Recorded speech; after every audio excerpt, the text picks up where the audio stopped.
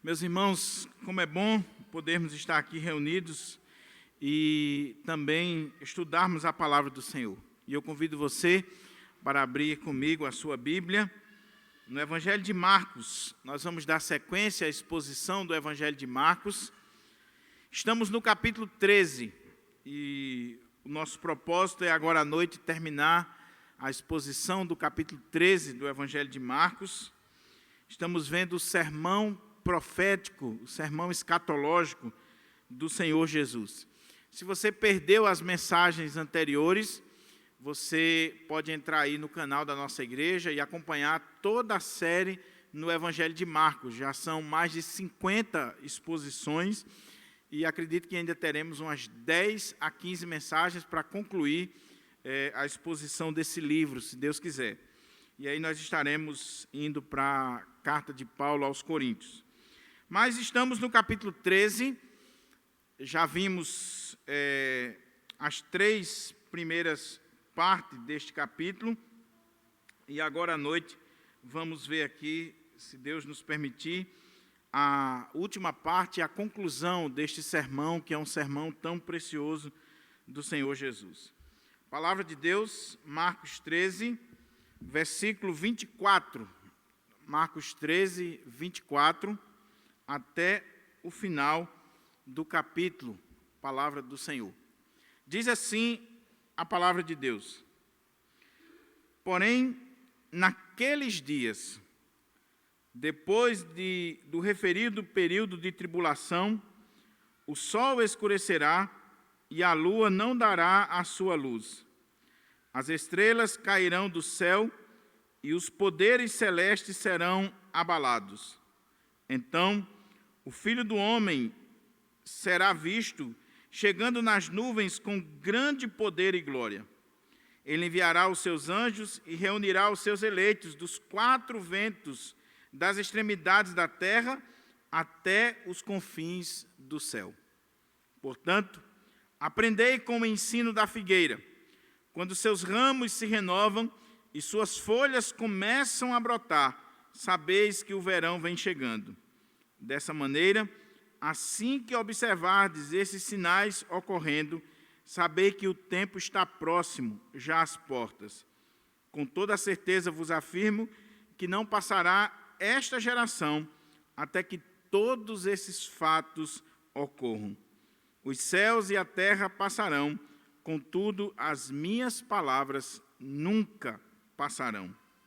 Todavia, a respeito daquele dia ou hora, ninguém sabe, nem os anjos do céu, nem o Filho do Homem, senão apenas o Pai. Estai, pois, atentos e vigiai, porquanto não cabe a vós saber quando será este tempo. É como um homem que viaja para outro país e, deixando a sua casa, encarrega cada um de seus servos das suas tarefas e ordena ao porteiro que vigie. Vigiai, pois, uma vez que não sabeis quando regressará o dono da casa, se à tarde, à meia-noite, ao cantar do galo ou mesmo ao raiar do dia. E em vindo repentinamente, que não vos surpreenda, entregues ao sono. O que vos tenho dito, proclamo a todos, vigiai. Vamos orar mais uma vez, meus irmãos, para que o Senhor nos oriente, nos abra a porta à palavra, que esse texto possa falar profundamente conosco nesta noite e nós sairmos daqui conscientes de que Deus tratou com cada um de nós de uma forma toda especial. Curva a sua fronte e ore ao Senhor, em nome de Jesus. Ó Pai, muito obrigado, Senhor, pela Tua palavra. Muito obrigado por esta liberdade que ainda desfrutamos no nosso país, de nos reunirmos como igreja, como povo do Senhor, publicamente, para Te adorar, para louvar o Teu nome e também para estudar a Tua palavra. A Tua palavra foi lida e agora encontra-se aberta diante de nós, Senhor, para a instrução do Teu rebanho. Fala conosco, meu Pai, em nome de Jesus. É assim que eu te oro e te peço que as palavras dos meus lábios e o meditar do meu coração sejam agradáveis na tua presença, ó Senhor, rocha minha e redentor meu. Amém. Amém. Mantenha aí a sua Bíblia aberta, por favor, para que a gente possa, à medida que for lendo, considerando esse texto e fazendo as aplicações para a nossa vida. Nós estamos já, esta quarta mensagem, meditando sobre esse sermão escatológico, esse sermão profético do Senhor Jesus. E, conforme nós já colocamos mais de uma vez, esse é um dos textos mais difíceis e polêmicos do Novo Testamento. Não existe unanimidade entre os estudiosos, os exegetas, os intérpretes da Bíblia, quanto à forma correta que nós devemos interpretar esse texto.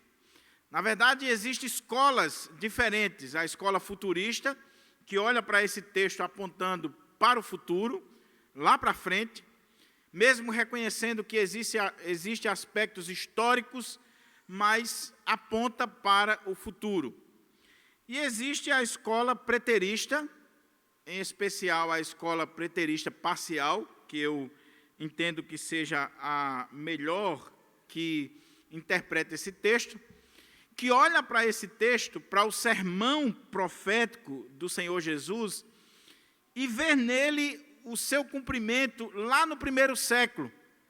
É claro que isso não tira as implicações ou aplicações do texto para a nossa vida, mas entende que esse texto, em particular, que esse sermão aqui do Senhor Jesus, ele encontra o seu cumprimento lá no primeiro século. Que quando fala aqui de grande tribulação, quando fala de todos esses assuntos, ele está falando para aquela geração. Porque o texto é muito claro, nós lemos aqui, que Jesus disse, não passará esta geração, sem que tudo isso se cumpra, sem que tudo isso aconteça. E uma geração, no contexto judaico, ela compreendia um período de 40 anos. E naquela geração, realmente se cumpriu o que Jesus falou. Pois bem, se o texto é polêmico, se o texto tem essas linhas de interpretação diferentes, o ponto culminante da polêmica deste texto é exatamente o texto que nós lemos agora à noite. Porque até aqui, os estudiosos, mesmo os de linha futurista, mesmo os intérpretes dispensacionalistas, mesmo aqueles pastores ou pregadores que olham para esse texto com um vislumbre futuro, eles reconhecem que o texto tem uma aplicação primária para aqueles dias, porque está tratando da queda de Jerusalém, da destruição do templo de Jerusalém, a grande tribulação. Por mais que você queira forçar o texto, está claro, à luz do contexto e do Evangelho de Lucas, capítulo 21, que essa grande tribulação aqui não é algo futuro, mas é algo lá atrás, que falava do cerco de Jerusalém. Porém, quando a gente chega a partir do versículo 24, a questão é, e agora? Ok, até o verso 23 você consegue defender, sem muito esforço, que aplicava-se ao primeiro século. Mas e a partir do verso 24? Que fala sobre a volta de Jesus, que fala sobre essa vinda do Senhor nas nuvens, com poder, com glória, que todo olho vai ver.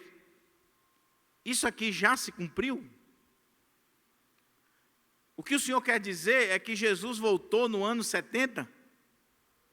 Se até o verso 23 está relacionado ao ano 70, a queda de Jerusalém, então, do verso 24 em diante, também está relacionado, ou seja, Jesus voltou visivelmente, como o texto está colocando, no ano 70?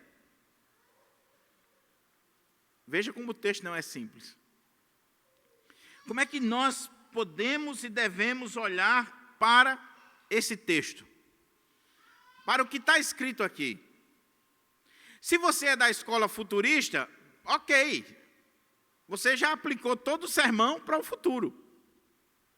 Você não vai ter dificuldade, ou muita dificuldade. Dificuldade vai ter, mas não tão quanto aqueles que sustentaram e argumentaram que o texto está falando lá do passado.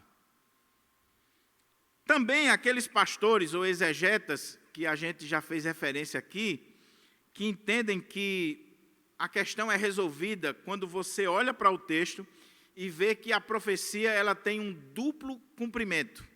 Ou seja, existem alguns teólogos, alguns pastores reformados, que entendem o seguinte: realmente o texto ele diz respeito ao primeiro século, mas como se trata de um texto profético, escatológico, era muito comum as profecias no Antigo Testamento elas terem um duplo cumprimento, ou seja, ela se cumpre no primeiro momento, mas aquele cumprimento ali ele tem reflexo lá no futuro, há um segundo cumprimento.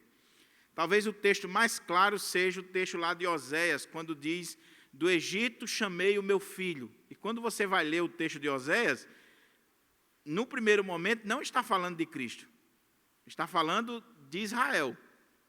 Lá no profeta Oséias está falando de Israel. Só que Mateus, inspirado pelo Espírito Santo, ele olha aquela profecia, aquele texto lá do Antigo Testamento, ele vê que se cumpre com Israel, mas ele viu que havia um cumprimento, um segundo cumprimento, que dizia respeito à pessoa de Jesus.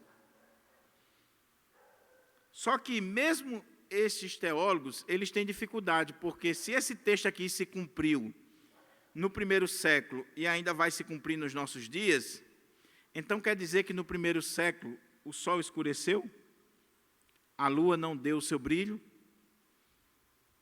os poderes do céu foram abalados, como diz lá em Lucas e nos textos paralelos, o céu foi como que enrolado. Jesus foi visto nas nuvens com poder e glória. Então ele teve uma primeira vinda aqui e ainda vai ter uma segunda ou uma terceira vinda lá no futuro. Então, como eu disse, meus irmãos, o texto não é simples, não é fácil, mas nós precisamos encarar. E quando você está pregando, quando você está assumindo a cátedra do ensino, você tem que ter a sua linha. Muito embora reconheça as dificuldades da sua linha de interpretação e tire as sandálias dos pés e seja humilde. Eu queria chamar a sua atenção para o texto, para a gente começar a entender dentro desta visão preterista, parcial, que nós temos defendido desde o início. Olha como é que o texto diz: porém, naqueles dias, depois do referido período de tribulação,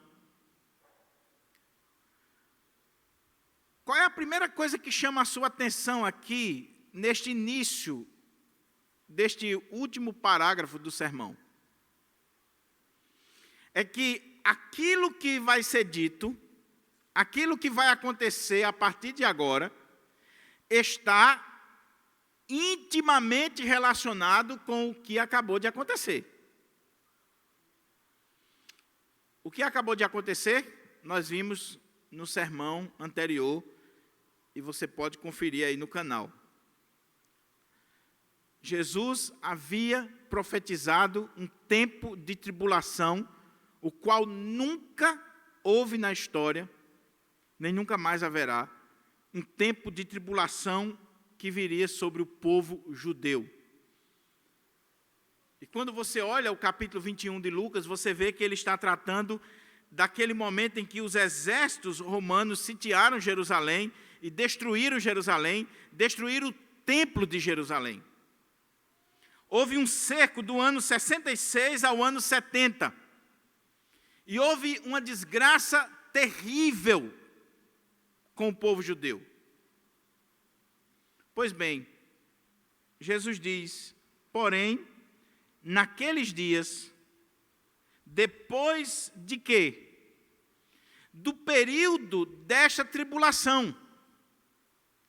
Ou seja, Jesus vai falar de algo que está relacionado com a grande tribulação. E se eu entendi que a grande tribulação que Jesus falou aqui está relacionada à queda de Jerusalém no ano 70, eu não tenho como fugir de que o que ele vai dizer agora também está relacionado com aquele período, com aquela geração, com aquela circunstância histórica, geográfica, cultural que ele acabou de dizer.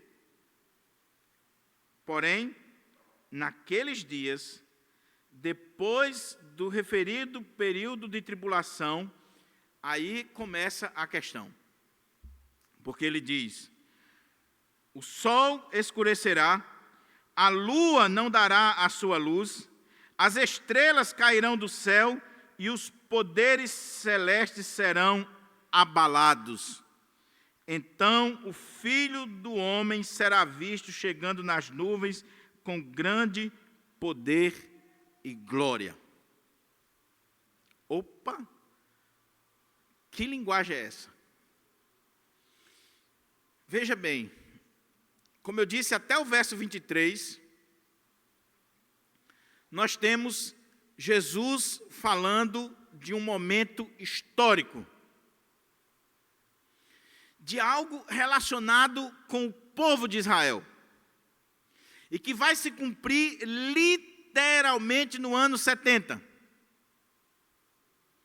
Mas a partir do verso 24, quando você ler o texto, a própria linguagem, a própria forma de falar do Senhor Jesus, nos faz refletir se isso aqui se cumpriu ou não no primeiro século. Se Jesus voltou ou não. E esse texto, meus irmãos, é o texto predileto dos críticos, dos céticos, dos ateus, de homens como Bertrand Russell e tantos outros. Dr. R.C. Sproul diz que os céticos olham para esse texto aqui e dizem, ok, beleza, você diz que Jesus é um profeta, que Jesus profetizou a queda de Jerusalém, que Jesus falou tudo isso 40 anos antes, no ano 30, ano 33, e vai se cumprir no ano 70, muito embora também alguns críticos digam que esse relato é pós-eventos, ou seja, eles querem dizer que Jesus falou isso aqui, mas que isso foi falado depois. Isso são palavras colocadas na boca de Jesus, porque não tinha como Jesus prever algo que iria acontecer 40 anos. É claro que a gente sabe que ele falou porque ele era profeta de Deus. Ele conhecia muito bem o que ele estava dizendo. Mas aí os críticos olham e dizem, ok, eu entendo que se cumpriu. Aconteceu. Qualquer um que lê a história geral, qualquer um que lê as obras de Flávio Josefo, qualquer um que estuda a história do povo hebreu, a história dos judeus, você vai ver que se cumpriu. Aí esses críticos olham para a Bíblia e dizem assim, mas aqui, no próprio sermão, tem uns errozinhos que vocês não têm como esconder. Qual é o erro? Primeiro, que esse Jesus aí disse que voltaria. E já faz 2000 anos e ele não voltou. Segundo, ele disse que voltaria e que tudo isso iria acontecer naquela geração. Terceiro, ele também disse que muitos dos que ali estavam não iriam morrer sem que antes vissem o Filho do Homem vindo na sua glória. E até onde a gente sabe, não tem ninguém vivo daquela geração. Todos morreram. Se todos morreram, se não aconteceu esses eventos aqui no primeiro século, e aquela geração se acabou, das duas, uma. Ou Jesus mentiu, ou então nós temos que olhar para esse texto com outro olhar. Percebe o problema? Percebe a dificuldade? Percebe que não é tão simples você ler o texto sagrado e já ir fazendo aplicações? Agora, qual é o problema aqui? O problema, meus irmãos, é que, como nós estamos diante de um texto profético, escatológico, existe na escatologia do Antigo Testamento, principalmente, uma linguagem. E quando eu entendo que a profecia bíblica, que os eventos escatológicos, eles estão sendo apresentados na Bíblia com uma linguagem diferente, aí o texto começa a fazer sentido para nós.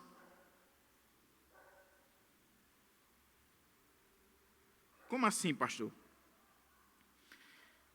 O que Jesus está dizendo aqui, olha para o texto, eu estou repetindo o texto que é para você ir internalizando. Porém, naqueles dias, depois do referido período da tribulação, ponto.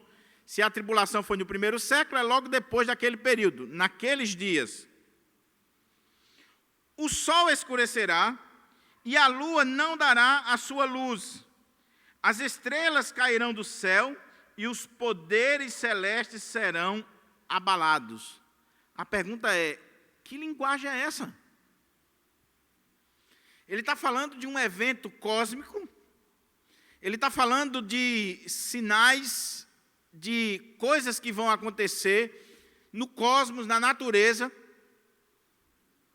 que dão para os discípulos essa realidade que ele acabou de dizer, que tudo aquilo ali iria se cumprir. De onde Jesus tirou isso aqui? É claro que ele tirou da linguagem profética dos profetas do Antigo Testamento. Se você olhar, por exemplo, Isaías, capítulo 13, versículo 10, você pode anotar, você vai ver que quando Isaías fala da queda da Babilônia, ele vai usar essa linguagem aqui, essa linguagem profética. Essa linguagem de um caos cósmico, de estrelas caindo, de sol que não brilha, de lua que não brilha mais, do firmamento sendo abalado. E isso significava dizer que o juízo de Deus estava vindo sobre a Babilônia. Não é que sol, estrela, lua, que tudo isso estava acontecendo literalmente. Não. Mas se você olhar o texto de Isaías 13, 10, você vai ver que essa linguagem de um caos cósmico, desses eventos na natureza, mostrava não algo literal, mas mostrava esse juízo de Deus, exemplificado aqui nesse caos cósmico que viria sobre a Babilônia. Se você olha Isaías 34, 4, você vai ver a mesma coisa sobre Edom. Quando vai falar a mesma linguagem, usando os mesmos elementos, e dizendo que as estrelas perderiam seu brilho, mostrando o juízo de Deus sobre a Babilônia e sobre Edom. Então, se eu olho para esse texto, reconhecendo, primeiro, a linguagem diferenciada, uma linguagem profética. Se eu olho para esse texto, reconhecendo que ele tem que ter o seu cumprimento no primeiro século, porque Jesus disse que não passaria aquela geração sem que tudo isso se cumprisse. Se eu olho para esse texto, reconhecendo tudo isso, eu vou chegar à conclusão de que Jesus não mentiu, eu vou chegar à conclusão que Jesus estava certo, e que o problema não está no texto nem em Jesus, o problema está em mim, que não entendi a linguagem profética e escatológica que ele está utilizando. Por quê? Porque ele está utilizando uma linguagem que fala de juízo, que fala de uma ação de Deus trazendo juízo sobre uma nação, sobre um povo, sobre um determinado contexto. Está dando para os irmãos entender a linha de interpretação que nós estamos seguindo? Porque se não entender assim, meus irmãos, você vai ter problemas. Eu não estou dizendo que essa linha aqui não tenha dificuldades. Tem dificuldades. Mas é muito mais simples e mais fácil de entender e faz muito mais justiça ao texto e ao seu contexto do que simplesmente eu tentar colocar isso aqui lá para o futuro para resolver um problema. Ok, resolvi o problema da linguagem. O sol, a lua, as estrelas, o céu desenrolando, o Senhor Jesus vindo. Ok, resolvi o problema. Mas eu criei outro, porque Jesus disse que isso aqui se cumpriria naquela geração. E aí eu fiquei com um problema aqui para resolver que não vai ser tão simples. Então, no meu entender, e eu não estou sendo aqui original, jamais seria original, eu sigo aqui a linha, por exemplo, do Dr. R.C. Sproul e de tantos outros teólogos reformados. No meu entender, faz jus ao texto sagrado a linha que diz o seguinte: nós estamos diante de um texto profético que está usando uma linguagem profética, escatológica, e que essa linguagem é para mostrar para nós o juízo de Deus. O juízo de Deus. Ok, pastor. Trocando em miúdos, o que isso quer dizer? Quer dizer que Jesus, naquela geração, ele volta em juízo. Quer dizer que Jesus, no ano 70, ele está voltando para aquela geração. Não estamos tratando aqui dessa segunda vinda gloriosa, por favor, não interprete desse jeito. Eu creio na segunda vinda, os teólogos preteristas, eles creem na segunda vinda de Jesus, que virá buscar a sua igreja, a igreja vai ser arrebatada e estaremos para sempre com o Senhor. Não é disso que nós estamos tratando, da vinda do Senhor, a vinda gloriosa. Agora, nesse texto, nesse contexto aqui do sermão profético, a vinda de Jesus é uma vinda de juízo. E ele está usando toda essa linguagem escatológica para exemplificar para os discípulos que eram judeus esse juízo de Deus sobre o povo de Israel. Sobre o povo de Israel. Olha como é que agora começa a fazer sentido o texto e a gente deixa de ter alguns problemas.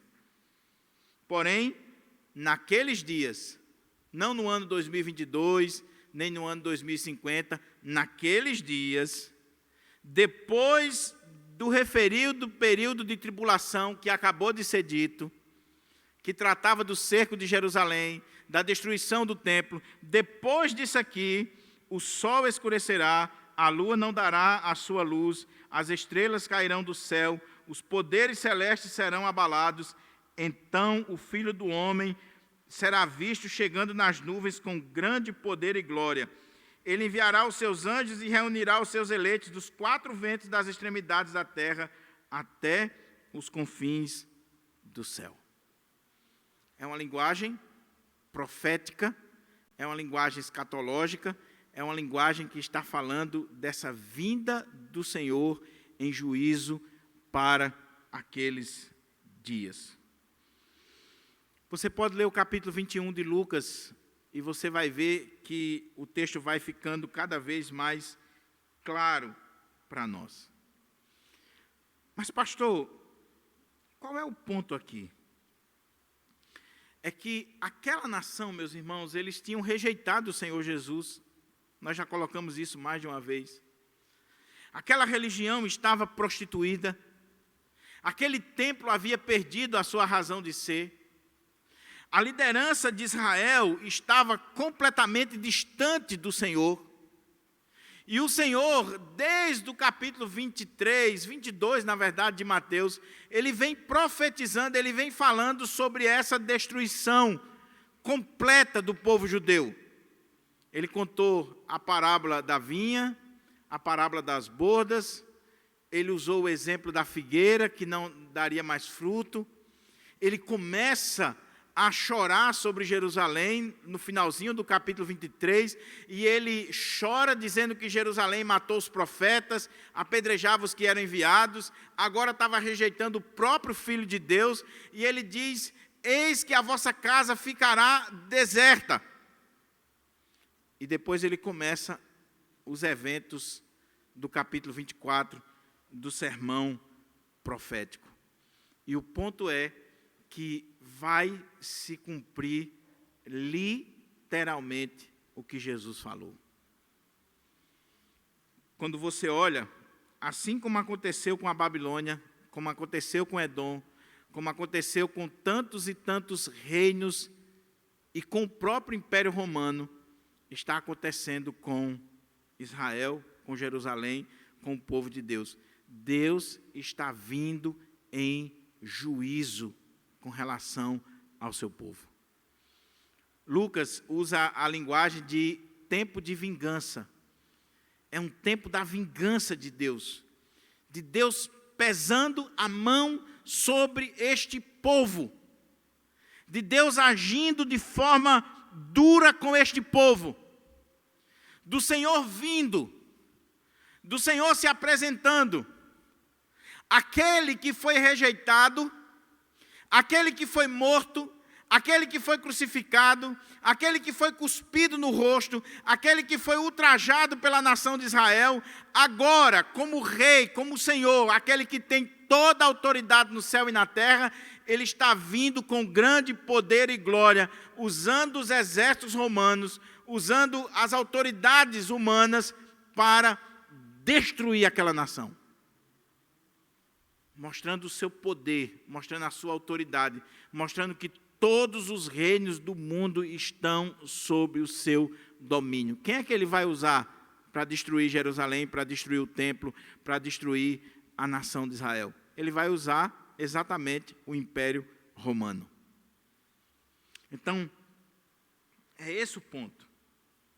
Agora, então, pastor, esse texto não tem nada a nos ensinar? É claro que tem, meu irmão. É claro que esse texto aqui, ele diz respeito não só ao povo de Israel do primeiro século. É claro que esse texto aqui não só está mostrando essa vinda em juízo do Senhor Jesus, fazendo uso dessa linguagem profética, escatológica, para falar dessa vinda em juízo para julgar o povo, mas isso aqui traz para nós um alerta muito grande. Veja, Jesus começa o sermão dizendo assim: quando vocês virem falar de guerras, de rumores de guerras, de pestes, terremotos, disso, daquilo outro, não se assustem, ainda não é o fim. Não se assustem. É o início das dores. É o princípio das dores. Aí quando chega a partir do versículo 14, o tom muda. Até o versículo 13, ele vem com essa palavra mais positiva, mais, diríamos assim, chamando a atenção para que o povo permaneça firme. Ele diz: aquele que permanecer até o fim, esse será salvo. Não se assuste, não se assombre. Vocês vão ver falar de guerras, de rumores de guerra, de tudo que você imaginar aí, mas não é o fim, é o princípio. Do verso 14 ao verso 23, o tom muda. Ele vai dizer: quando vocês virem o abominável da desolação, quando vocês virem o sacrilégio horrível no lugar santo, quem lê entenda, então vocês fujam para os montes. Quem estiver sobre o telhado, não desça para pegar alguma coisa. Ai das que estiverem grávidas, ai das que amamentarem naqueles dias. Fujam para os campos, vão para o mais distante, não venham para Jerusalém. E orem para que isso não aconteça no inverno. O tom mudou. Porque agora, aquelas contrações, aquelas dores de parto que ele está falando, elas se tornaram mais intensas. E está chegando aquele momento mais difícil, que as mulheres sabem muito bem, que é quando a dor está chegando assim a um estágio altíssimo. Que era a tribulação, que era o cerco, que era a destruição de Jerusalém. quando 1 milhão de judeus foram trucidados, quando o templo foi destruído. Só que após aquele período, ele está dizendo que haveria esse sinal de um juízo de Deus, de uma intervenção de Deus na história, mostrando que o Senhor estava punindo o seu povo. Assim como ele fez com a Babilônia, assim como ele fez com Edom, ele estava fazendo com o seu povo. O que ele está colocando é, quem está no poder não é Vespasiano, não é Nero, não são os imperadores romanos. Quem está com as rédeas da história na mão é aquele que tem todo o poder nos céus e na terra. E ele, por ter esse poder, ele está vindo para julgar o seu povo. Porque aquele povo poderia entender que quem estava por trás de tudo aquilo era o império. Mas não era o império. Quem tinha as rédeas da história na mão, e quem tem as rédeas da história na mão, é o Senhor Jesus Cristo.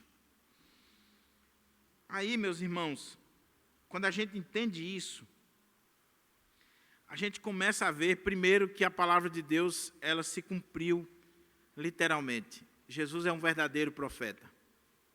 Segundo, que se o Senhor não poupou o seu povo lá no primeiro século, porque eles estavam vivendo uma religião hipócrita, legalista, farisaica, se o Senhor não poupou aquele templo, que era símbolo da presença de Deus, mas que havia perdido a sua razão de ser, não era mais uma casa de oração, era um covil de ladrões.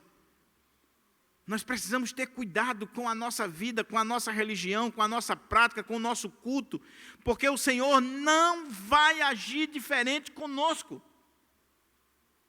Se Ele não poupou o povo de Israel, a cidade de Jerusalém, o templo de Jerusalém, aquela liderança do primeiro século, Ele não vai poupar a mim e você se nós agirmos assim. Ele é rei, e Ele é um rei justo. Ele é verdadeiro. Agora, como é que Jesus conclui o sermão? Ele diz, portanto, esse portanto aqui chama a atenção para a conclusão desse sermão. Lá em Mateus, quando você vai olhar o texto de Mateus, eu deixo aqui essa tarefa para você ler o capítulo 23, 24 e 25 de Mateus. Leia de uma sentada.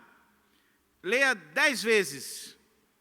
10 vezes, para você começar a internalizar. Leia em versões diferentes. Depois leia o capítulo 13 e o capítulo 21 de Lucas, para você entender o todo. Lá em Mateus, a conclusão do sermão é o capítulo 25, onde Jesus vai contar parábolas, como, por exemplo, a parábola das 10 virgens, para mostrar para nós e para aqueles discípulos do primeiro século, aí sim diz respeito a nós e a eles, de que nós devemos estar alertas, apercebidos, com aquilo que está acontecendo ao nosso redor e que aponta para esse retorno glorioso do Senhor Jesus.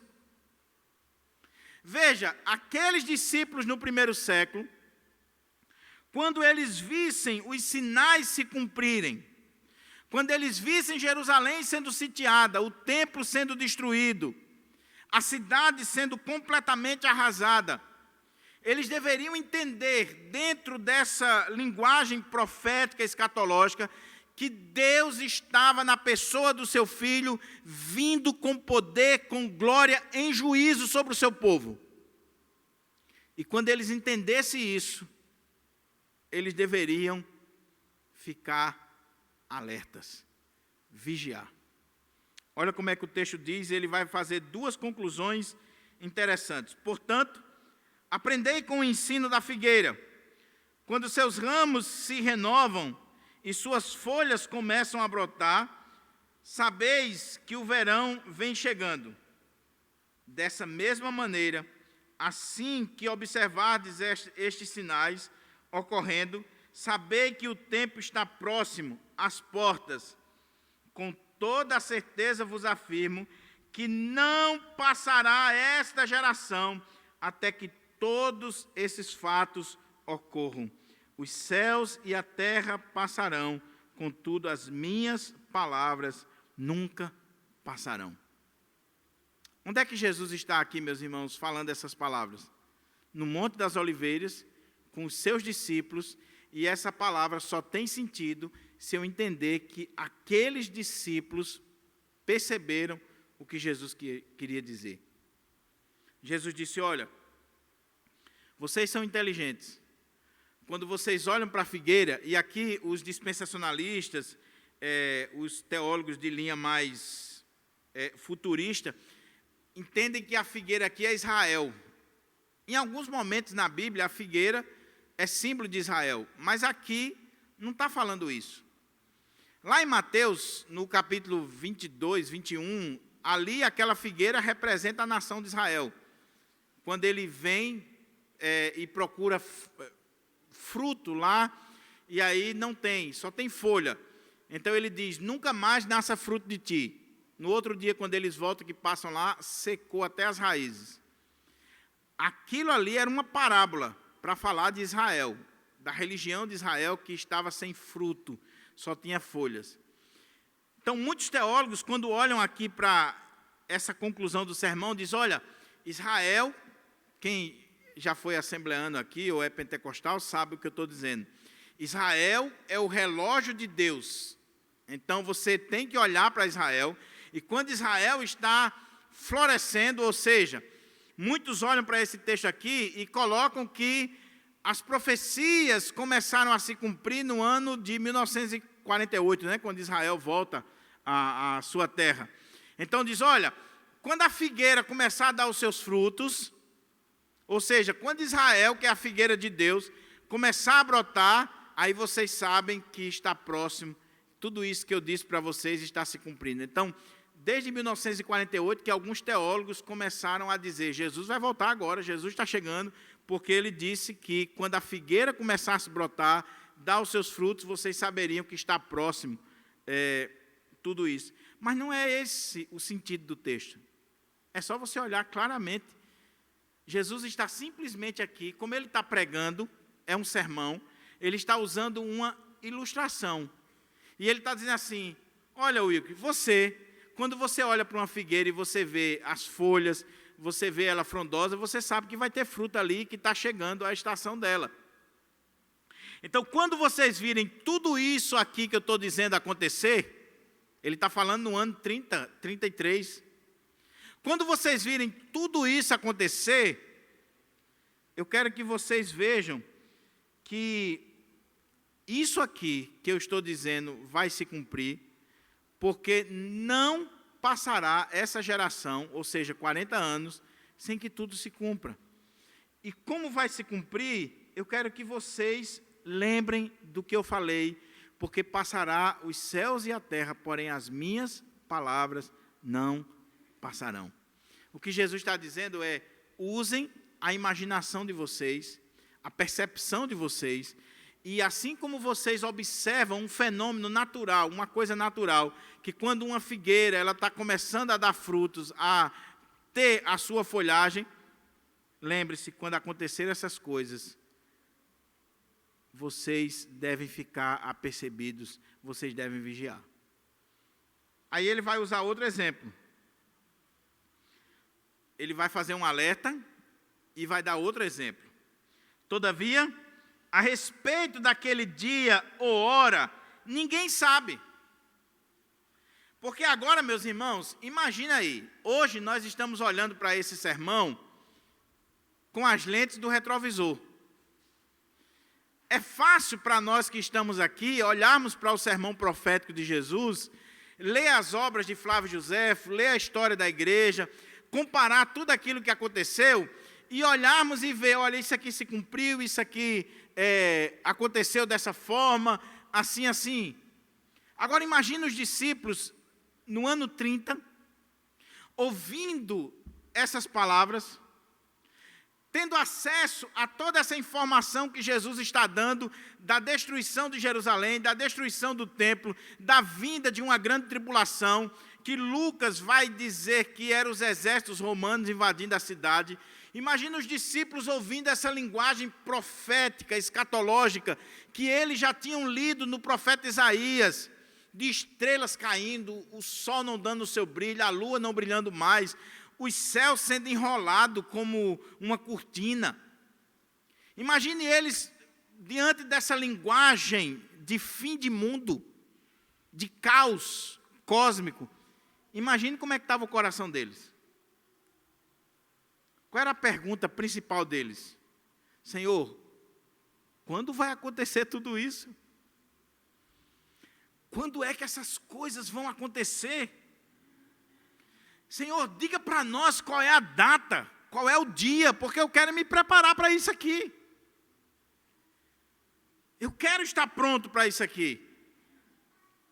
E Jesus já tinha alertado que eles tivessem cuidado com os falsos cristos, com os falsos profetas, com aqueles que viriam dizendo que havia paz, que estava tudo bem, que a cidade não seria destruída, que o templo não seria destruído.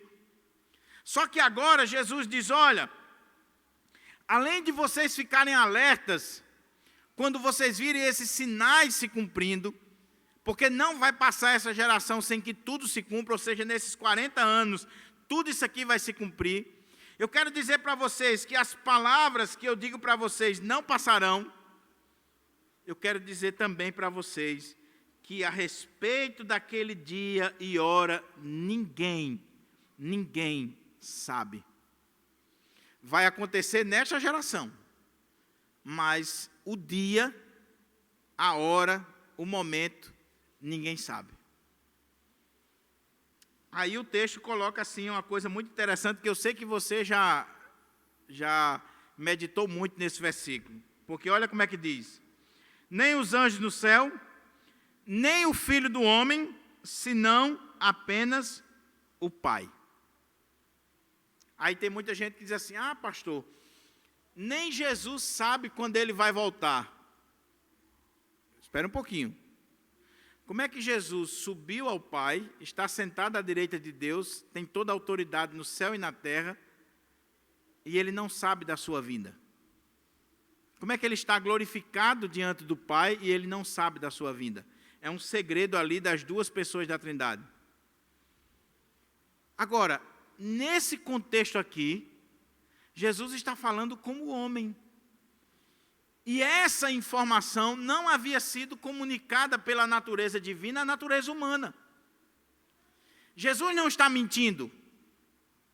O que Jesus está dizendo é que com relação ao cerco de Jerusalém, com relação à destruição do templo, com relação ao que iria acontecer no ano 70, nem os anjos, nem ele sabia, somente o Pai. Não havia sido comunicado à natureza humana. O que ele estava comunicando é que aconteceria dentro daquela geração, dentro do período de 40 anos. Agora, o dia ele não sabia. Daí ele dizer, ficai alertas, vigiai, porque vocês não sabem nem o dia, nem a hora que vai acontecer tudo isso. Porque se eu entender que Jesus sabia e está dizendo que não sabe, olha o problema no texto bíblico. Olha a dificuldade. E a Bíblia não tem erros. O erro está em nós, na nossa interpretação. Então ele diz, aquele dia e aquela hora, ninguém sabe. É claro que, como eu disse, ele está falando aqui daquele evento do primeiro século. Com relação à segunda vinda gloriosa do Senhor Jesus, para buscar a sua igreja, para vir arrebatar a sua igreja, é claro que ele sabe. Porque agora ele está glorificado diante do Pai, e ele assumiu a autoridade sobre os céus e a terra. Agora, assim como os discípulos no primeiro século não sabiam quando iria se cumprir todas aquelas coisas, e deveriam ficar alerta, vigiando, mas ter consciência de que a palavra de Deus não passaria, eu e você devemos também ter consciência. Opa, se a palavra de Deus se cumpriu lá no primeiro século em relação a Jerusalém, tudo aquilo que Deus falou em relação a mim, em relação à igreja, em relação à segunda vinda de Cristo, tudo vai se cumprir, porque como Jesus disse, passará os céus e a terra, mas as minhas palavras não passarão. Mas quando será a volta de Jesus? Eu não sei, eu só sei que vai se cumprir. Eu só sei que eu tenho que estar alerta, vigiando, eu tenho que estar preparado, porque eu não sei quando o meu Senhor vai voltar. Vai ser do mesmo jeito como aconteceu com os judeus, que estavam lá e de repente estoura uma guerra, estoura problemas no Império Romano, os judeus se revoltam e daqui a pouco eles vão ter o templo destruído, a cidade destruída, eles vão ter que ser espalhados pelo mundo inteiro e eles vão sofrer durante centenas e centenas de anos, só vindo ter o direito de voltar à terra em 1948. Do ano 70 até o ano de 1948, os judeus ficaram espalhados pelo mundo sem ter direito à sua terra.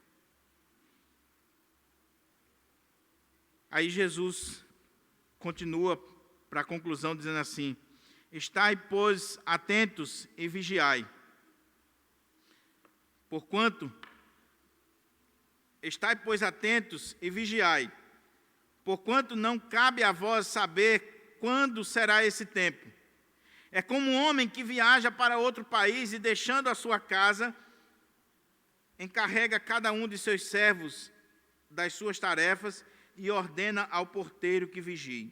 Vigiai, pois, uma vez, que não sabeis quando regressará o dono da casa, se à tarde, à meia-noite, ao cantar do galo, ou mesmo ao raiar do dia. E, em vindo repentinamente, que não vos surpreenda entregues ao sono. O que vos tenho dito, proclamo a todos, vigiai.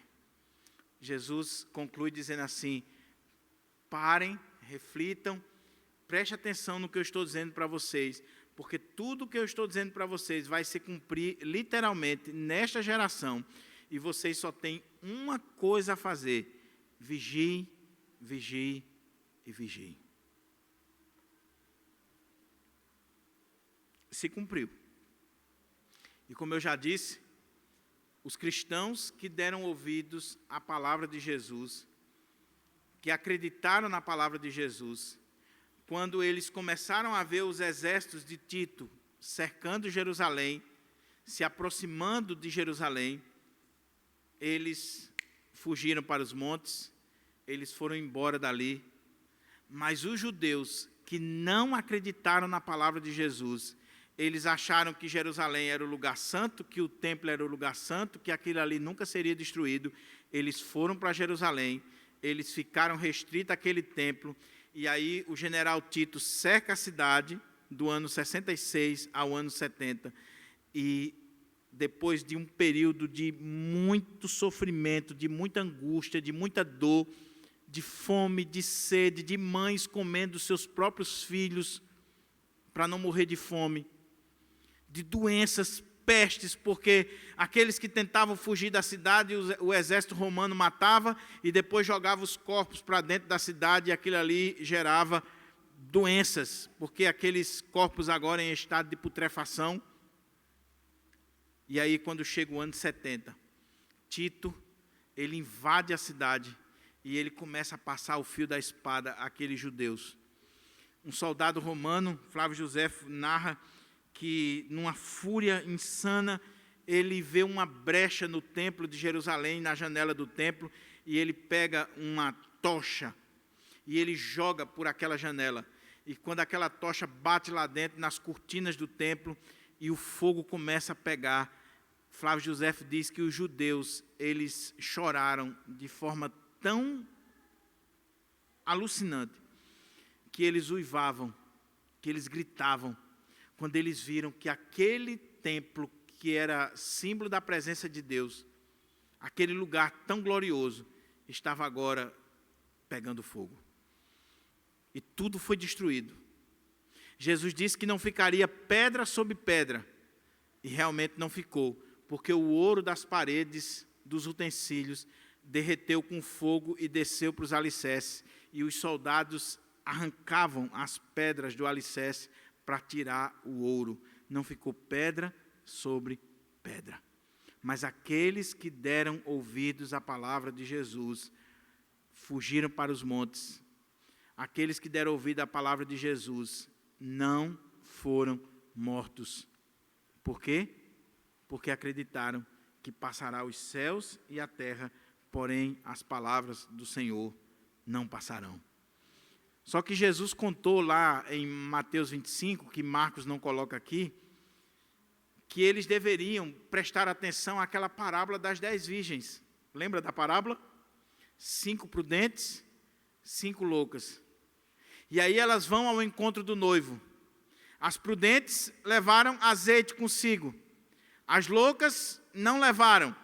De repente acabou o azeite.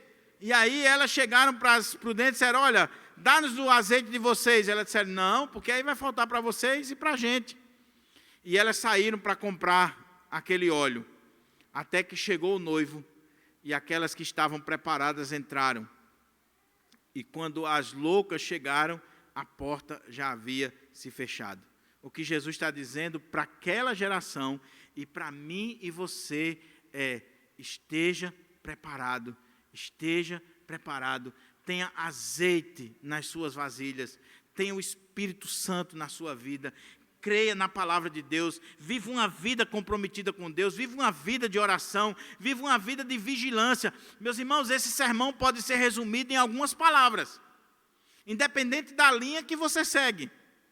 Eu dei aqui uma linha, mas mesmo que você seja futurista ou preterista, independente da linha que você segue, existem algumas palavras que resumem este sermão e que devem estar presentes na nossa vida. Primeiro, Jesus, na primeira parte, ele diz, não vos assusteis, ainda não é o fim. É a primeira coisa que ele chama a atenção. Então, se você chegou aqui nesta noite e você tem andado assustado, preocupado, ansioso, cabisbaixo com a história, com a filosofia histórica, com tudo isso que está acontecendo no mundo, a palavra de Deus para mim e você é não se assuste, não se assuste, não se assuste. Segunda palavra que ele diz, permaneçam firmes. Permaneçam firmes, porque aquele que permanecer até o fim, esse será salvo. Mas a terceira palavra que ele diz é, creiam que passará os céus e a terra, mas as minhas palavras não passarão. Creia nisso, meu irmão. Nós olhamos para o passado e vemos a palavra de Deus se cumprindo. E se a palavra de Deus se cumpriu lá no passado, ela vai se cumprir hoje, ela vai se cumprir amanhã, ela se cumprirá sempre, porque ela não é palavra de homens, ela é palavra de Deus. Então isso deve levar você e a mim a ler mais a nossa Bíblia, a estudar mais a nossa Bíblia, a crer mais na Bíblia, a viver, a comer a palavra de Deus, a tirar da palavra de Deus os princípios para a minha vida. Deixa eu dizer uma coisa aqui que faz tempo que eu não digo aqui na igreja. Por favor, meu irmão, se você ler mais literatura ou qualquer outro livro do que a Bíblia, você deveria dar uma olhadinha no espelho e criar vergonha na cara. Porque tem crente que conhece tudo de Machado de Assis ou de qualquer outro escritor aí pós-moderno, mas é analfabeto de Bíblia. Meu irmão, nós precisamos conhecer a palavra de Deus, pois o que não passa não é a palavra do homem, é a palavra de Deus. Eu não estou sendo contra os livros, eu amo livros, eu tenho muitos livros, graças a Deus. A minha biblioteca, eu estou fazendo uma arrumação lá na minha biblioteca, eu tenho mais de 5.000 livros. São caixas e mais caixas. Mas já há muitos anos que eu fiz um voto na minha vida. Se eu não tiver tempo de ler a Bíblia durante o dia, eu não leio mais nenhum outro livro. Eu tenho que ler primeiro a Bíblia, a palavra de Deus. Os outros livros só têm algum valor, aqueles 5.000 livros lá da minha biblioteca, só têm algum valor se eles me ajudam a entender a palavra de Deus. Não exclui os livros, mas eles só têm algum valor se me ajudam a entender a palavra de Deus. Porque aqueles livros lá, alguns já estão até ultrapassados. Já dá até para vender, para repassar para um sebo. Agora a palavra de Deus não. Quanto mais você lê, quanto mais você medita, quanto mais você se aprofunda, mais a palavra de Deus permanece para sempre.